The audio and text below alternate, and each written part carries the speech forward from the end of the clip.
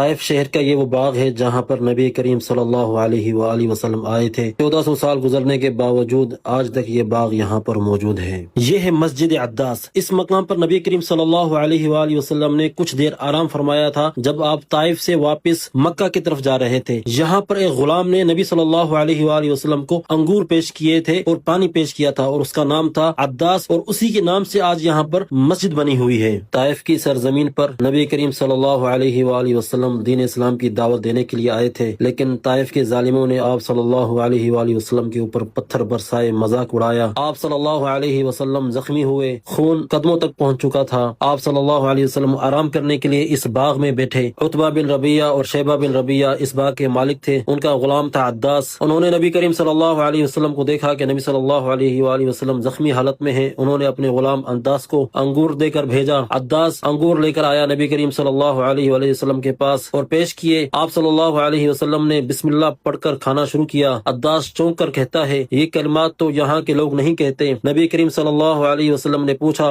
کہاں کے رہنے والے ہو؟ عداس نے جواب دیا، نینوا کا ہوں اور نصرانی ہوں۔ نبی کریم صلی اللہ علیہ وسلم مسکرا کر فرماتے ہیں، نینوا یہ میرے بھائی یونس علیہ السلام کی سرزمین ہے، وہ بھی اللہ کے نبی تھے اور میں بھی اللہ کا رسول ہوں۔ عداس کے دل کی دنیا بدل گئی۔ اس نے نبی کریم صلی اللہ علیہ وسلم کے ہاتھ چومنا شروع کر دیے، قدم مبارک چومنا شروع کر دیے، اور ایمان کی روشنی سے سرشار ہو کر اسلام قبول کر لیا۔ طائف کے بڑے بڑے سرداروں نے اسلام نہیں قبول کیا، لیکن یہ ہدایت اللہ سبحانہ و تعالی نے ایک غلام کے حصے میں لکھی تھی۔ آج بھی ہزاروں کی تعداد میں مکہ المکرمہ سے حجاج کرام اس باغ کو وزٹ کرنے کے لیے آتے ہیں طائف شہر میں۔ یہاں کی یہ مٹی والی دیواریں دیکھ کر پرانا زمانہ یاد آتا ہے۔ طائف شہر کے اندر پرانے گھر کس طرح سے ہوا کرتے تھے، ان کے یہاں پہ انہوں نے ماڈلز بنائے ہوئے ہیں، اور یہ دیکھیں جی پرانے طائف شہر کے گھر اس طرح سے ہوا کرتے تھے، اور اس طرح سے جو ہے نا بیٹکس ہوا کرتی تھی طائف شہر کے اندر۔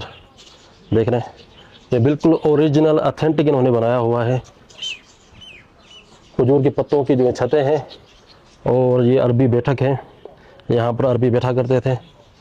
اور اگر آپ اس طرف دیکھیں تو یہاں پر بھی جو ہے کمرے بنے ہوئے ہیں۔